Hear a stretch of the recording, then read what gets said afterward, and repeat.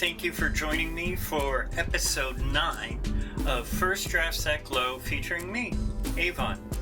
I'm just checking something, sorry about that. I am so happy you have joined me today.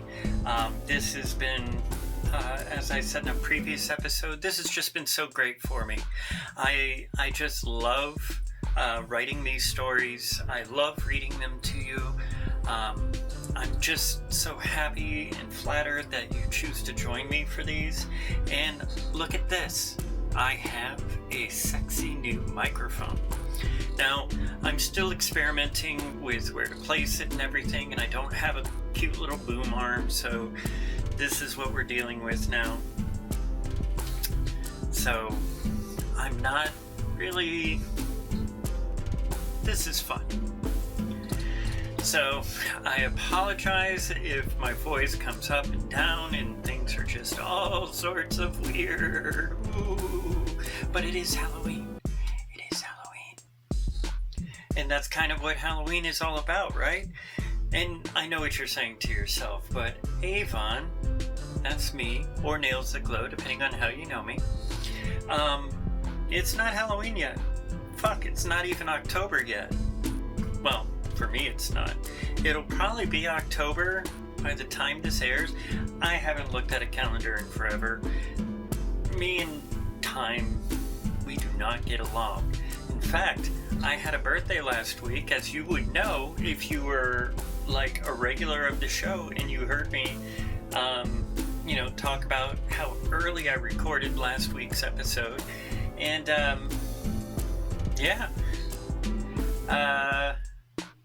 had a birthday, and I swore off aging, so time and I, we do not get along. That bitch is mad at me.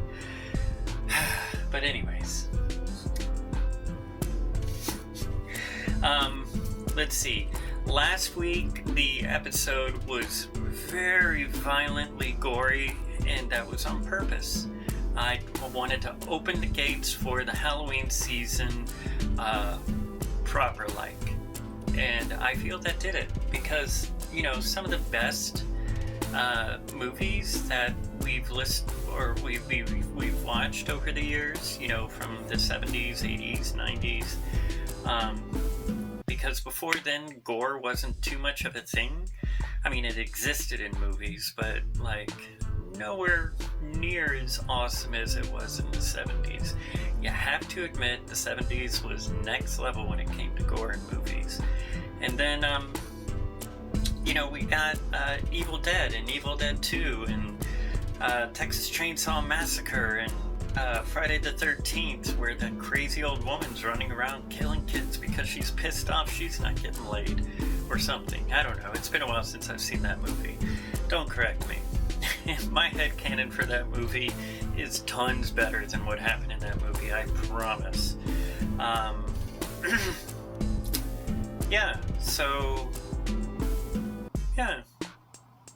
have no idea what I'm talking about. I do want to mention that I am starting an audio podcast. I'll also record it because some of you people just like looking at how pretty I am, because I'm fucking gorge, right? But it will be called Abstractions That Glow.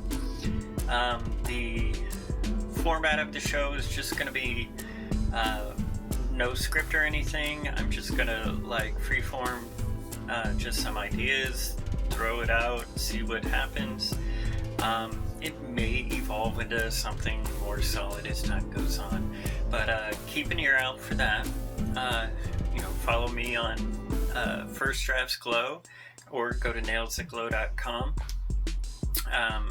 One of those two will have that information, or Ko-Fi, that's ko-fi.com/nailsthatglow. One of those sites will have that information, and I will definitely be offering that for free. I wanted to also give you an update. I am slowly working on The Last Vampire rewrite. I'm pushing to 20,000, maybe 30,000 words, and I'm doing that because, I really just want to get back in there with Babs and Bowie in a very meaningful way. And I'm leaning more towards offering that for sale. Tell me what you think in the comments below. Like and subscribe, by the way, if you already haven't. Please tell your friends, because I really am trying to get this going a bit more momentum, because I can talk, because I'm good at saying words, because words that came out of my mouth just made sense to you or something. Anyways, I gotta be careful because I have something here now. But yeah, we'll make mistakes, and that's what we're here for. I've been told that's my motto for this show, and yeah, why not? That is what we're here for. We're here to have fun. I'm sure you noticed the lighting. It's kind of thematic, but it's also, I'm just fucking around because it's my show. I get to do what I want. Oh gosh, look at that. Oof. I really should clean these glasses before each show. What else while I'm cleaning this?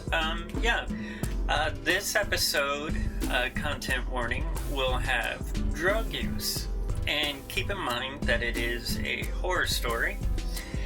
So there will be the typical horror story fare. But there is no excessive gore or violence or anything like that. And I'm also playing around with a different storytelling structure a little bit. I don't want to spoil too much for you. And I'm not sure how many of you out there that are listening have known me for a number of years, like even before I started transitioning and stuff. But I spent some time in Florida. Yeah, that place is a trash pit. But for some reason, this story just lent itself to Florida. Yeah. It's funny how stuff like that works, isn't it? Anyways. Oh! Yeah, I almost forgot. Check the links below. Be sure to check out my online buddy, Farronox. They kind of just said a few words that led to this story. They had written a story seed that is completely different from what I built in my head. But their choice creativity there. I might use one of their story seeds. I don't know. They have some ideas, and I like it. One of the sci-fi ones is as well. But anyways, I'm really ranting. But check out their stuff. The link's below. There'll also be a link at the end of the video. But yeah, they make cool things, and they do cool things. And them and I, we could both use some dosh, some clams, some money, some nuyen. You hear me, Choom? Alright, yeah, sorry. We are not doing cyberpunk. I haven't done cyberpunk yet, have I? Maybe after Halloween. Tell me what you think. Because y'all ain't commenting. Y'all ain't being polite in commenting, so I've had to kind of stop some comments. But anyways, filters. Alright, how long has this been for the opening? I can't even tell. I mean, my eyes are terrible. I should shorten these. But anyways. Alright, you ready? Here we go. This is Lost Anger, a First Nailsthatglow story by me, Avon. Every night. Every single night since his brother died. Every single night it was the same. Every time. Luis had run away when he was still under the thumb of his family and forced to attend the Catholic school, forever trying to subvert the dress code and insisting that he be allowed to wear pants and not be forced to be a girl. He was never a girl. Even the name his mother had given him at birth was just the same name handed out to nearly all Hispanic and Latin girls, Maria. Luis hated it, left a bad taste in his mouth. The one thing he always missed was his brother. Like him, his brother was not like the rest of the family. Anton was tall, athletic, and very handsome. He was also gay and very much a diva. Luis had taught Anton some of the basics of makeup and gave all of his supplies away before leaving. Anton cried. That stuck with Luis most of these past weeks. A 6.5-foot tall 17-year-old with a perfectly groomed mustache and a frame a footballer would kill for, crying with snot rolling out of his nose. The freshly applied eyeshadow and blush mixing with the mascara giving him a grim appearance that burned in the mind of Luis. The sugar skull picture of the two of them was all Luis had. Anton drew them both as a man. Anton drew Luis as a man and himself in an outfit best described as colorful. Luis had never held on to a possession so tight in his life. Nearly 6 years since he had left. 4 years taking hormones and 3 years with the new legal name. It was a surprise when the private investigator showed up to confirm some details and then handed a large sealed box. It was filled with thumb drives, a few journals, and some other things in smaller packs. The letter attached to the inside of the lid was from his parents. They were not interested in keeping any of Anton's things. They just were not interested in communicating with Luis either. They just were fulfilling the wishes of Anton out of respect and an unwillingness to confront themselves. At least that's what Luis thought. The letter shortly described how Anton had been involved with a group of people that were into party drugs, and he eventually hit a rock bottom and killed himself with an intentional overdose. That part was just speculation by the police and some of the family. When Luis called the police of Florida that handled the case and spent hours confirming he was family, they did reveal that the body had not actually been recovered. All they found was about 2 pints of blood on the deck of a modest yacht he seemed to live on, and the remains of several drugs. Yeah, okay, so I'm messing up here a little bit, but there was a typo. That's why we're here. Let's see. They also detailed that there was evidence of bile and other bodily fluids that had overdose levels indicated. The yacht was discovered drifting towards the Castillo de San Marcos just before dawn by a tourist taking pictures. Luis probed about the gators and gangs. The gator population in the area was not too much of an issue, and the idea of gangs around St. Augustine was not really something the police took seriously. It was a tourist place, and there is a university there. It's just not the place for that kind of thing, they said. Still, every night, Luis would dream and wake with the image of Anton spiking his coke with coke and smoking a blunt before a skeleton with its bones textured like cocaina. Cocaina? I don't know. I hope I'm saying that right. Cocaina. Yeah, I'm saying that wrong. Forgive me. That word shows up a lot in here. I should have looked it up. All right. Cocaina. Grabbing his ankle as it shot from the water and pulling him into the darkness. The same smug look of comfort Luis remembered his brother having when he felt free.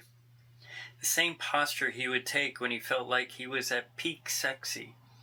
The eyeshadow and stained lips serving more drip than his outfit that simply offered a mood Luis was always envious of. Every night, it was the same few moments. sometimes in a speed so slow it felt like it lasted an hour, and other times faster than humans could conceive of movement to be. Each time, every night, it burned and hurt Luis, and it made him angry. The worst thing, he started having these dreams a week before getting the package. He even tried sending a message on the annoying vid app and the thirst trap picture board. Luis hated social networks. They were not very safe for trans people, and worse if you were not a white trans. It pissed him off. It was the only way his brother had to communicate. Neither of them liked talking on the phone, and text messages, Anton said, were never safe. That whole week, Luis stressed out and found it impossible to relax. His brother posted on his sites dozens of times a day, every day, without fail. His last post was him on his boat saying he was sailing up the coast to meet some friends in Jacksonville, and made a vague reference to the amount of party supplies he had. The look on his face was one of joy and beauty. The colors of his makeup were bright and sunny, just like his smile, and the light in his deep brown eyes. His hair, a pale blue, that almost blended with the sky in the background of the image. Every night, the same dream, the same nightmare feeling. Since receiving the box, Luis decided to drive to Florida and lay claim to the yacht. The PI had explained that he had arranged for the boat to be held in a dock for another month.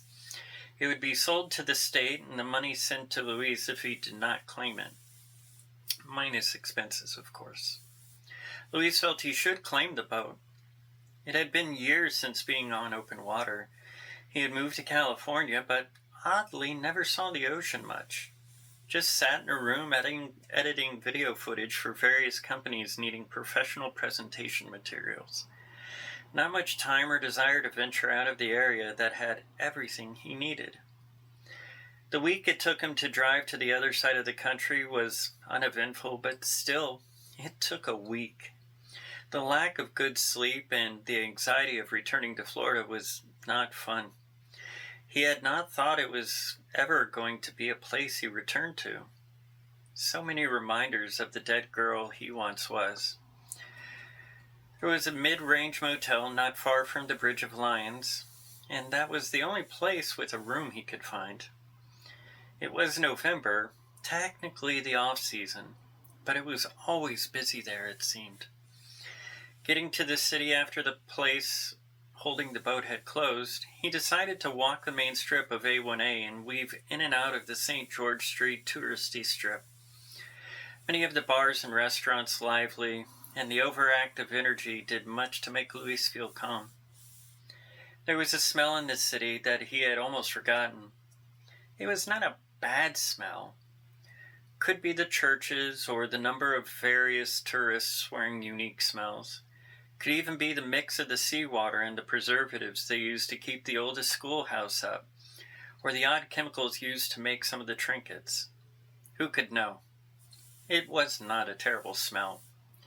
There were only a few moments of a coldness in his core when the Cathedral Basilica of St. Augustine that's why we're here. Let's start that sentence again. There were only a few moments of a coldness in his core when the Cathedral Basilica of St. Augustine seemed to suddenly loom over him. The echoes of the sisters yelling at him to be more of a girl, the taste of his tears after the welts in his hands throbbed, the pain in his ears when his dad would yell and scream for him to behave like a proper girl. It affected them more than he would have liked. Lack of sleep, long drive, and being in a place with all the triggers for the memories. It was just time to shut down. Ordering a car to get to the motel quickly, Luis resolved to spend as little time here as possible. He just hoped his car would be adequate to tow the yacht. As he started to fall asleep, he remembered his shot. He had to take the shot. The drinking and driving had made him forget, yet again. The harsh light of the room's bathroom arrangement was unpleasant to his eyes. He could not look up much, let alone really look into the mirror. The near-automatic routine of the injection had it all over before the second yawn. Dropping the remains into the wastebasket, he looks up at himself in the mirror. Time stopped for him slightly. He stopped moving. There was no sound. No breath. Just him. Just him. Leaned over slightly with his brother. And several skeletons in the reflection. Each of the skeletons looking like the Castillo de San Marcos with the coquina texture in their bones. Some of them with obvious shells as teeth, and some with various colored shells highlighting the cheekbones and spaces where ears would be. One of them with a crown-looking arrangement next to Anton. The crown skeleton moves one hand to Anton's shoulder and raises the other to point at Luis.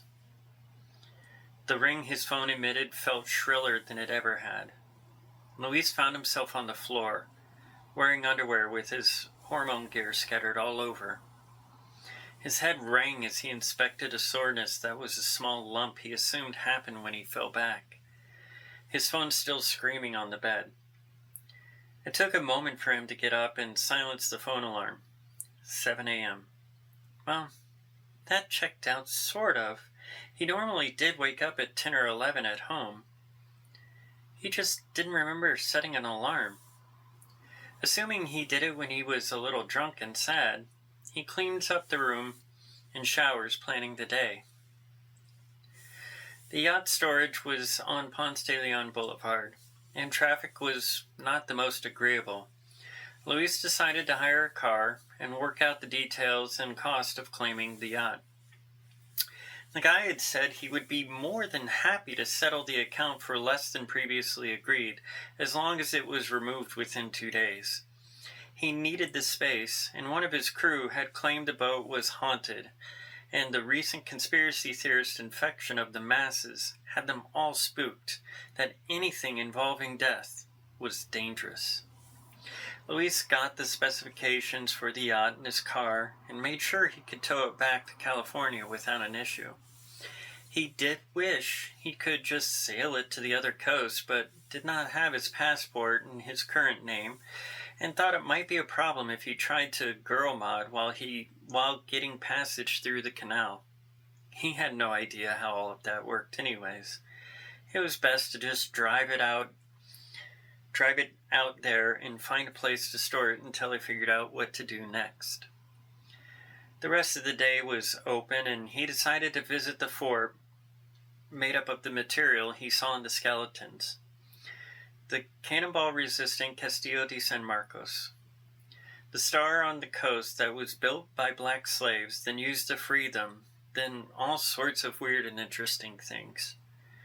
Luis was filled with the nostalgia of him and Anton running around the fort, pretending to be Spanish conquistadors that had settled the area and spouting obscenities of the southern Florida Spanish-English combination they assumed was the way people talked back then. The feel of the walls and the obvious age and history the place contained was something so unique in the USA. There was just no other structure in the country that matched this.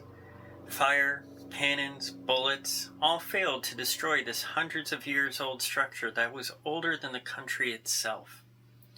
Something you could only really see in other parts of the world scattered over the landscape, but in this country, only here. The coquina material was harsh and beautiful.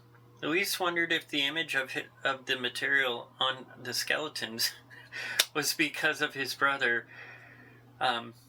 His brother was said to have died in this city, or if it was something else.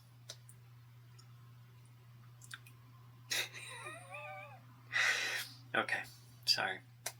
He tried to remember if the skeleton had that quality before he found out his brother was dead or not. After flirting with a few girls and trying to convince a few to join him for drinks, he decided to spoil himself with a fancy meal and some retail therapy. The historic district was filled with overpriced and delicious places to eat. He decided to get small plates at 3 unique offerings before running into 2 girls that invited him to get high and listen to music with them. As the sun set on the casual party, Luis excused himself as he began to feel he needed to leave the 2 white girls that seemed to drink faster than they had the ability to deal with. Ineffective protests as he left made him feel this was the right decision. And it was a fun day after all, and tomorrow was going to be all work. After a shower and finishing off some leftovers in the mini-fridge, Luis relaxed on the bed, watching some music videos some of his friends had worked on. Falling asleep, he starts thinking about his brother again. He wakes up suddenly and slams on his side, hitting the damp deck of his brother's yacht. Luis tries to recall if he had just drunk himself to passing out and the confusion would leave him, or if he was dreaming. "You're not dreaming, brother," Anton's voice rings deeply and echoes. I have no idea what that accent was, but here we are. You want me to try that again? I want to try that again. "You are not dreaming, my brother." Okay, that's worse. We're just going to move on. "You are not dreaming, my brother." Anton's voice rings deeply and echoes. Luis finds his balance as he slowly stands. He's in his underwear as he always is when he sleeps, the moonlight giving enough detail to the deck and surrounding water. Luis tries to clear his head. "Anton, if this is not a dream, then am I dead?" Turning around slowly to reveal the half-rotting face and exposed bones of the face and the torso, Anton's remaining facial skin hinting at a smile. Luis steps back, nearly slipping as he lands on the bench he fell from flatly on his ass. Luis stammers a moment as he stands back up. But Anton, my sweet brother, what happened to you? Why do you look like this?" The waters around the boat get louder, and the boat pitches with more harshness as Anton speaks. "Luis, I love you, my brother. I have missed you so very much. I fear I made a terrible mistake, and a worse deal." Reaching out slowly to touch Anton, Luis hesitates and pulls back a few times before touching his brother's face. "Anton, whatever happened, I will love you till I die and beyond. You know this. Why didn't you just come live with me?" Anton brushes Luis's hand from his face. "I wanted more for myself. I wanted to be free from the trap I found myself in. I just thought I had more time and could offer another solution." Luis tries to get the one eye still in the socket to look at him. "Anton, whatever nightmare this is, if I'm just processing the grief I have yet to process or whatever, I haven't even cried properly. I miss you every day. I knew you needed to do as you wanted, just like me. I'm so sorry I was not here to help you." Anton turns back around as a few chunks of flesh from unknown parts of his body slap dully on the deck. "You should not have come. You should have just let the boat be sold. Then The boat begins to rock violently and the waters begin to rise into waves that crash water into the boat. "They are impatient, my brother." Luis looks around and sees inside the waves shapes of skeletons glowing slightly in the dark water. "What are you talking about?" A giant rush of sound stops Luis from talking as a giant wave crashes onto the boat, sweeping Luis into the current, just as quickly as he feels bony hands, all over his body. As he struggles, the face of the crowned skull rushes to him. As he struggles, the face of the crowned skull rushes to him and a pale firelight in its eyes, and Luis feels dread. Luis wakes up in the motel, covered in sweat, the smell of seawater hanging in the room. He figures the dream was amplifying the smell and dismisses it. He packs everything up before checking out, and then he drives to get his car checked for oil and the rest of the mundane things before heading to the boat dock. The attachment for the tow, attached by the boatyard workers. Luis was still shaken by the dream.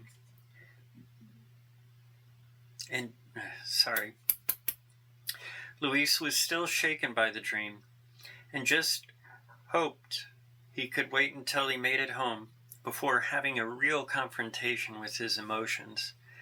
No sense in having a crying fit on a near week-long road trip. Driving up A1A and then hitting State Road 1, something felt wrong. Luis could not pin down the sensation of what it was. The sense that something was wrong would simply not leave his thoughts. There was something he must have forgotten or needed to do. It wasn't going south to the family. No, never back there. Everything had been packed up into the car. The boat had been covered, and he even got insurance. Everything he had done, even the mundane paperwork, that didn't take nearly as long as he thought it might have. No messy one-night stand. No drunken shouting matches with a random person about random political issues. This was the most uneventful trip anywhere he had taken in years. Except for his dreams. Something about those dreams. The images of the skeletons with all that shell-filled material. The teeth of shells. And the one with a crown of shells. The image of his brother, with his flesh falling off. The waters around the boat, and the feeling of it all being so real, down to the taste of the salt water as the waves crashed on him. There was a knock on his window. Highway patrol. Luis knew being in Florida was a roll of the dice, but what did he do?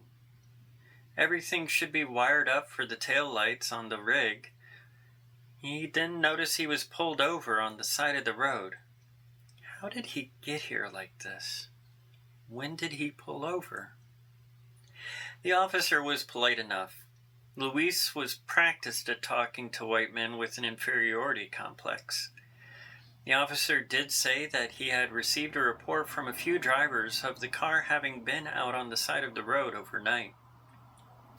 Confused at this, Luis quickly told the truth with some extra details.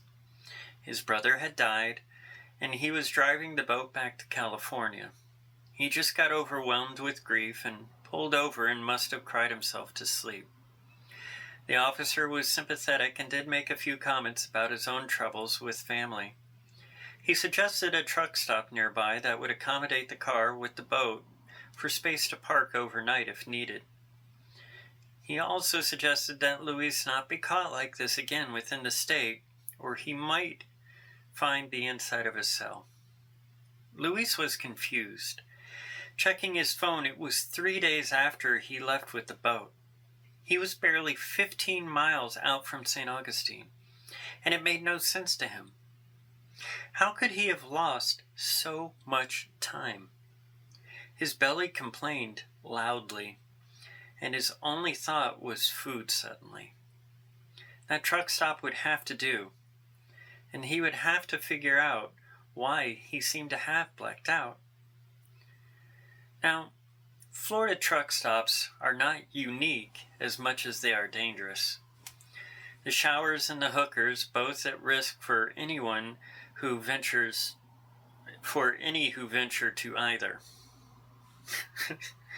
The casual way the meth dealer walked up to Luis offering a deal on $30 worth of Miami meth.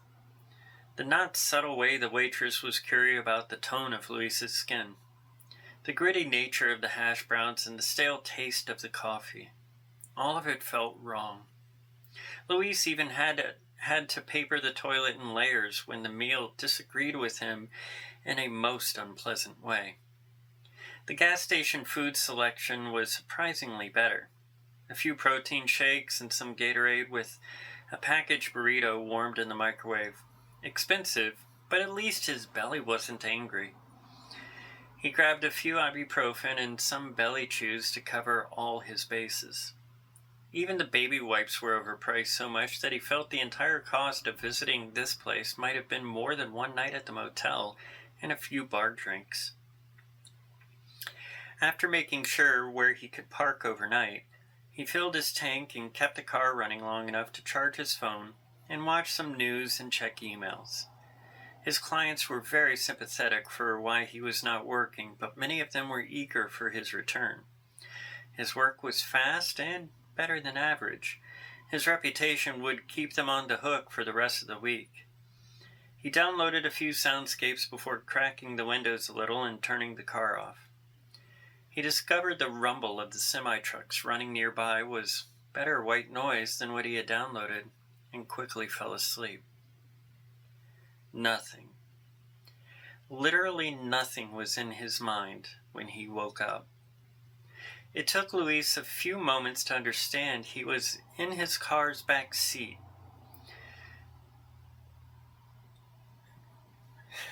I got lost. I don't know why. The sounds of the engines around him were of trucks, and that blazing Florida sun might have been on his face long enough to change his skin tone a little. He goes back into the gas station to take care of some morning needs and grabs a few snacks and some water.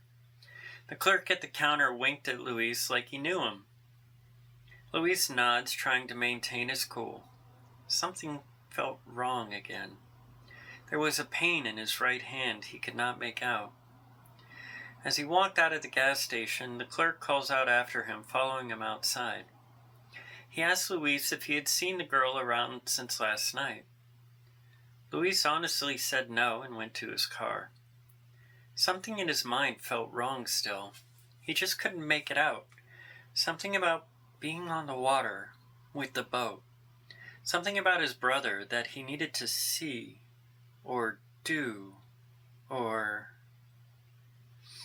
Without really acknowledging his intent, Luis gets back in the car and drives to the coast and overpays for a temporary boating certificate and is directed to a ramp he can get the boat wet at. Below deck was still locked up as the dock crew helped get the boat in the water, and Luis handed his keys over to his car for parking. He followed the guidance as he did his checks and started out for open waters. It had been a long time since he was out on a boat like this. He was surprised his brother had a giant yacht. A double-wide mobile home amount of space, it felt like. Luis was not sure Luis was not sure precisely what kind of boat or yacht this was called, but his brother had named it Lagoon Balls. Luis was amused that it got cleared, but figured many of the other boats had more dad joke level names. Another few hours, he found the spot that the equipment agreed was a good place to stick for a time. The anchor drop surprised Luis. He thought the items that dropped was something else entirely. It looked like farm equipment, sort of. When it secured the boat, it chirped and then beeped. He remembered to write in the logbook and hoped that he was not too far out. He just wanted to be alone. The sunset was glorious. It looked so cinematic on the water, away from the urban pollution of light and sound. He remembered the coolers of supplies that the marina sold him for his trip and cracked them open to review his options. The beer bottles needed an opener, and the only one he had was on his car keys. There had to be one below deck. He also wanted to get some pillows from down there so he could set up to sleep out under the stars. Once he got down there, he was hit with a foul and acrid smell. It was what the dumpster behind a fast food joint smelled like, mixed with that movie theater floor smell. His childhood memories of making out with girls in the dirty alleyways and the things he would get them to let him do when they managed to have a girls' day out at the movies. How the smell of these places and his own shame at times would give him up, and the sisters would chastise him for not behaving like a proper young girl, and for corrupting the other girls in such foul ways. The memories of these things caused him to stumble a bit as he walked to the aft of the ship. The cabin space and access to the engine and storage. He started to recall his brother telling him of a group of people that sacrificed chickens and snakes and other animals to please some gods nobody knew about. Luis started to recall how his brother thought it all sort of fun to talk about. Nothing his brother ever said made Luis think that there was anything to it. Just a way to get the heart racing. Just ghost stories. The door to the cabin was not like the rest of the boat. The door had a sleek black shine to it that was not paint, not metal. There was a series of marks on it that looked just like etchings of random lines to Luis. The traditional style of the door that would be here was absent, giving this a feel of a full-size door frame and entryway to a room. The knob felt cold, like it had been chilled. Turning it either way did not work. Shaking it did not work. Pushing the door and trying to slide it, all futile. Luis started to bang the door with one fist flatly, then his shoulder. Then he started to kick the door. Nothing seemed to shake the door. Nothing seemed to leave a mark or stain or anything. Yelling, Luis begins to punch the door with his knuckles as hard as he could, each blow making him cry out in pain. After a few hits with each hand, he feels blood dripping off them. His arms and legs start shaking, his eyes filling with tears. A click sound snapped his attention to the door, away from checking in with his body. The foul odor and smell, I don't know why it's odor and smell, The foul odor hit him in the face, making him step back, nearly falling. He thinks he is prevented from falling by someone behind him, but turning to see nobody. He muses that he must just be hitting the grief part that opened some floodgates. The pain of losing his brother before either of them were 30 was just not something he had expected. He thought he would have time to reconnect with his brother after making sure his own life was set and stable, after his transition was at a stage where he felt confident to go anywhere without fear or caution to be seen as a man. Moving slowly, still dealing with blurry eyes, Luis opens the door. There was a stone slab at the very back of the cabin. The face of it had a symbol that looked like an overly complicated 5-pointed star with lines that curved and branched out, making it less of a 5-pointed star, but something more intriguing. On top of the slab was a shallow metal pan, nearly as long. Within the pan, various bones and shapes made from coquina material. I hope I'm saying that right, but that's why we're here. Correct me down below if I'm saying it wrong, and also if I'm saying it wrong. Large candles at either end, and they weren't lit, but somehow glowing from within. Just in front of the pan was a blade that would be a dagger if it were a fantasy movie. The back wall was draped in a leather-looking material with symbols and markings that made no sense to Luis. The only thing he could make out was the star-like pattern was in the center, and some of the marks looked similar to some from the door. The wall to the left and the right were stripped down to the hull. Items that one would assume to find in a butcher shop or morgue were hung from hooks and pegs on the left, and the right wall had a large sword and bundles of rope. Near the floor were the access to the engine on the right and storage on the left, each one with signs clear as day, clean, and looking new. Both plates looking very out of place among the dark display. Almost as out of place as the neon exit sign you might see at a theme park ride set in the Middle Ages. Luis starts to shake again. He remembers his brother sending a picture of some tattoo he had gotten on his chest. It was blurry and didn't really look like anything. He assumed Anton was pulling his leg. Now Luis thought it might have been this chaotic star. The foul smell overtakes him as he swims in his memories. Unable to contain his body's reaction to the smell, he vomits on the floor. The blurriness overtakes his vision again as he hears something from the storage hatch. Opening the hatch, he sees 3 bodies, 3 faces, 3 sets of eyes, and 3 mouths, all open, all still, gray and pale. He stares and blinks to clear his eyes. The smell of salt water and deep sea water fill his nose. The first face looks like a guy. Just a guy. Luis remembers driving out of St. Augustine and pulling over to pick up a hitchhiker. Something Florida was not keen on. He stopped because the guy was wearing a ball cap with a pride flag on it. He remembers feeling like he was doing a good thing. They went on the boat to smoke a joint below deck, and that's where Luis killed him. Punched him in his throat as he leaned his head back after a massive hit. Kept punching his throat until the gurgling stopped. And then he threw the body into the storage. The next face was a girl. He remembered her wanting to spend time with him. He was cautious at first, until the guy in the gas station told Luis about his girlfriend and how they were having problems, and she was supposed to come by so they could talk. Luis then talked to the girl. She said her roommate was his sister and she just was not interested in talking to him. He was very abusive. She was just here long enough to wait for a trucker or someone to drive her away. He invited her on the boat.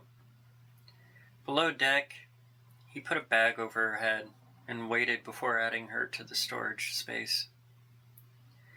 The last face, he had no idea he could be sure who that was. It looked like someone he knew. He thought he knew. He remembers coming back down here with someone else. He couldn't remember what they looked like, where they came from, when they had come down. He remembers talking about childhood and the lost time they had. A grim shadow fills his mind. From behind him he hears his brother's voice again. Yes, Luis. You are almost there. Luis looks around, seeing nothing. He starts for the door, but is suddenly unable to move. He tries to scream and has no voice. He tries to breathe and can't inhale.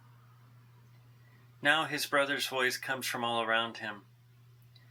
I am so sorry, my sweet, sweet brother. Luis looks with effort, moving his eyes around as best he can to see he is in the space with the other bodies. He then looks up to see his brother, bones fused with the same shell material from the Castillo de San Marcos. Behind him, the skeleton with a crown of shells and a pale fire within its eyes. Luis recalls setting anchor and falling asleep while standing and throwing himself into the water, being lifted out by his brother's bony hand, and then his head held over the stone slab with his neck bent back and his brother cutting deeply into his flesh, his blood filling the shallow pan before finding himself on the deck again. He knows he died, but then, did he come back? This confused him. Was this just a nightmare? No, brother. Anton says, "This is not a nightmare. I just did not understand the arrangement I made, is all. Now it is fulfilled, and I can join my new family in the endless eternity of the oceans." As the world closes upon Luis, as the darkness overwhelms him, all he can think about is how much he loved his brother, and how he wished they could have had one more day together. Sleep, Luis. Sleep, and welcome oblivion.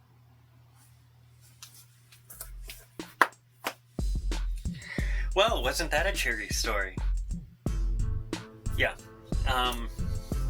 So I apologize for mispronouncing anything, and I just want to say the prostitute reference.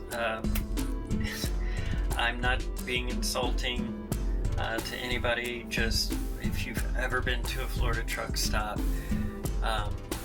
it is really weird vibes at those places, and I was just trying to add color and stuff like that. I'm a huge supporter of sex work, and I'm not trying to demean it. It is just a story after all. I do try to be fair. I also want to make sure that the perspective of the character is very much, generally very important to me, and I do try hard to give all of my characters a strong, unique voice. So even if it's not something I would personally say or believe, if the character would say or believe it, I feel I've made the right decision. Mainly because the characters tell me what they will say or do or think. And you know what? I don't really give a fuck what your opinion is. I just hope you enjoyed the story. I really do. Because it was really fun to write. As soon as I had this idea of these, like, otherworldly skeletons, like, you know, using this really kind of ancient material to reinforce themselves as time went on, like, that just sounds so cool to me. You know, and then why not, if you're a walking skeleton, why wouldn't you use random shells and stuff to, like, you know, decorate your face and make a crown and all sorts of fun things. Well, I say fun things, I mean, yeah, I'm trying to be creepy here. It's a Halloween story.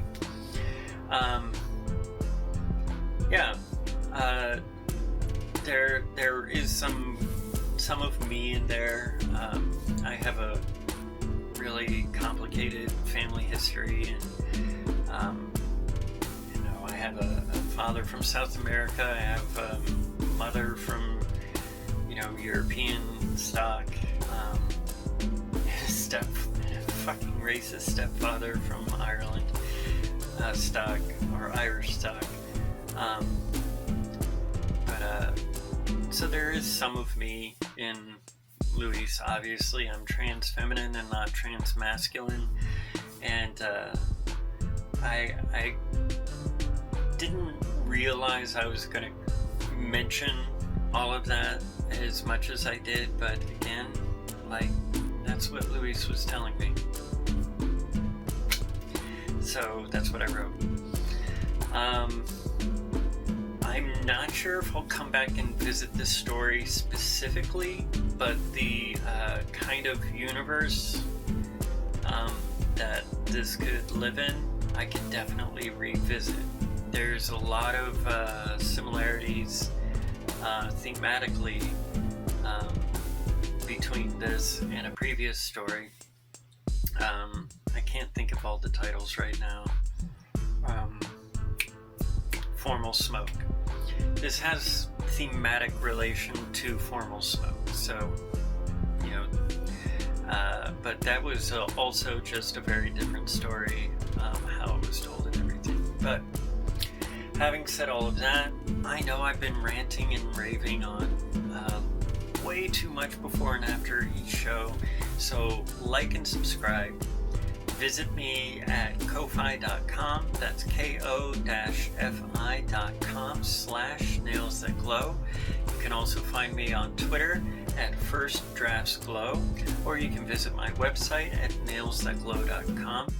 And Nails That Glow is also my own account on Twitter, because I have a theme. Also, again, I remind you to look out for abstractions that glow. And, I want to give a big shout out to Farronox. You're a pretty groovy cat. And for a few other people that have been really just amazing on Twitter. It's hard being trans in the world. It really is. But when you can look at some people thriving and being years into transition, it only gives me stuff to look forward to, and it makes me feel good. And I want you to feel good about yourself. Love yourself, give yourself a hug, kiss somebody next to you, if it's okay. And remember, stories are just fun places to escape to. And I want to thank you so much again for joining me. Episode 9 of First Drafts That Glow. Lost Anger. I think that was the name. But yeah, thanks so much again for being here with me, and I very much looking forward to telling you another story next week. And if you have a suggestion for a story, add a prompt down below. Tell me what kind of stories you want to hear. I am doing horror related and horror adjacent stories through the entire month of October, and I may do one the first week of November, or I may just do it all through the rest of the no, I won't do it the rest of the year. That'd be too much. I want to explore some other genres. But anyways, I want to thank you so much again. I know I said that, but I am Avon. You've been listening to First Drafts That Glow, and I love you.